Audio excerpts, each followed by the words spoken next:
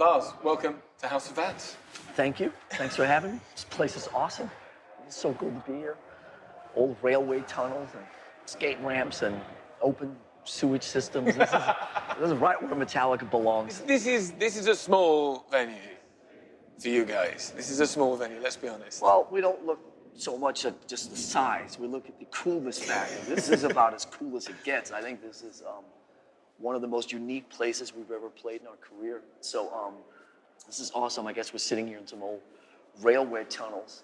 This should be a fun night tonight. Yeah, I mean, House of VANS is like 850 people capacity. You normally, on a normal night, you play to like how many tens of thousands? That's just a guest list here in London. Obviously, for every big show at Wembley Stadium and the O2 and so on, we've played all the cool, smaller places. So it's been a good relationship with London over the years. I was trying to sort of think about like the differences between those small the small intimate venues, and you've got the sound and you've got the lights much more intense, and I guess it smells. You can smell the audience more, you know. I was trying to work out the differences. 4D, right? It's sight, smell, feel, and the sweat's coming at you. It's all good. Listen, the most important thing for me, and I think for the band, is that every place we play is different. And that you always try to create unique experiences for the fans and for the band, to always give them the experience is a fresh feel, you know. So, but obviously in a place like this, the smells, the odors, the things the atmosphere, the things that happen to human beings as you prop them all into a place the size of a sardine can, we have to find the good in those and enjoy all the additional sights and sounds and smells that come with being in a small place. It'll be good.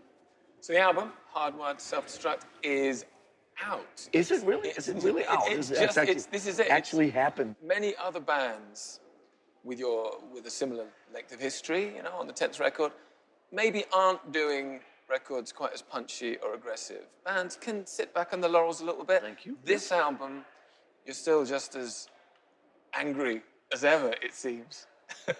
Yeah, I don't know. I mean, the word angry.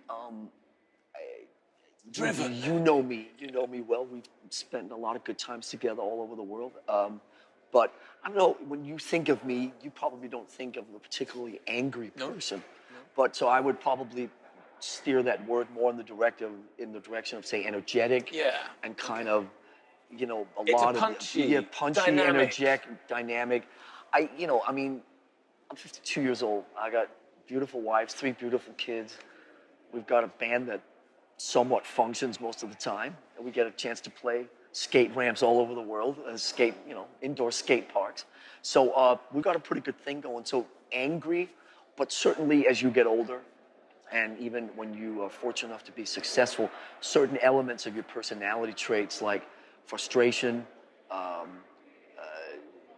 contrariness, vulnerability, questions, all this kind of stuff, that doesn't necessarily subside.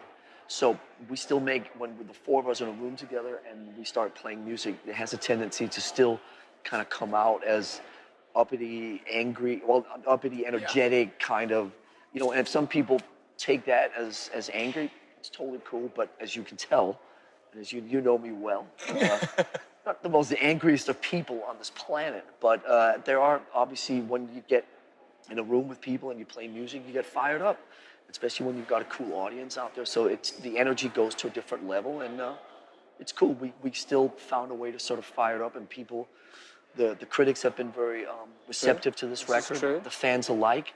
So today's a good day to be in Metallica. To stop getting into a routine in the studio, did you kind of put certain challenges in front of you? No, we generally, we're not a rule kind of a band. We don't, when we're creating, we try to be as free as possible and just let the best material kind of carry it. The rules that can't be that or can't be that, not so much, especially this record, more so than the last record, Death Magnetic. Death Magnetic, there was a lot of meetings and talks and sort of, get-togethers about what we were doing. Analysis, there you go, all that kind of stuff. This record, we just started playing music. This is as organic as a Metallica record I've ever been a part of. We just started playing. It wasn't until 3/4 of the way through, we sat a little bit and went like, what are we actually doing here? Should we go here? Should we go here? And we decided to sort of make the songs a little leaner, a little tighter, shorten a couple of them a little bit. But there's not a lot of rules. As a band, you've always had a connection to like alternative culture, to skate culture, to subculture. Like your music. It's not just metal fans. Could you kind of feel that happening? It's like, oh, there's a kind of hoodie and there's a VANS t-shirt alongside the leather. Could you kind of feel that happening? Because you have got that link. Well, I mean, we've always felt, we've always connected to the edgy bits of culture. Obviously, we've always felt kind of like outsiders. We've always felt a little like we never really belonged to anything. We've always felt. I mean, I'm an only child. I've always felt like a bit of a loner and kind of always charted my own course. And so even when I was 13, I've never felt like I was part of like a mainstream type of thing. And that's what happened when I met these guys and we formed the band, and harder rock music just made me feel like I was sort of belonging to something that was bigger than myself. But obviously we've always loved to be a little bit in our own world, a little bit independent, autonomous, and maybe even occasionally slightly contrary. And so we've kind of hovered out here with the rest of the misfits, and it's been a cool place to hang. But obviously, this type of culture, apart from the fact that I'm sort of 52 and I wouldn't, if you put me on a skateboard here, it wouldn't be pretty. But, I mean, obviously we've always identified with edgy left-wing culture, and it's just part of who we are as people. Yeah, because I've seen a lot of videos of like incredible skating with your music on the background, and lots of videos of people having really horrific accidents and picking their teeth to your music as well. It's kind of... Well, I think covers all ground, yeah. What's next? What haven't you done? I mean, you're playing House of Vans tonight. You've played massive venues all over the world. You've played every single continent.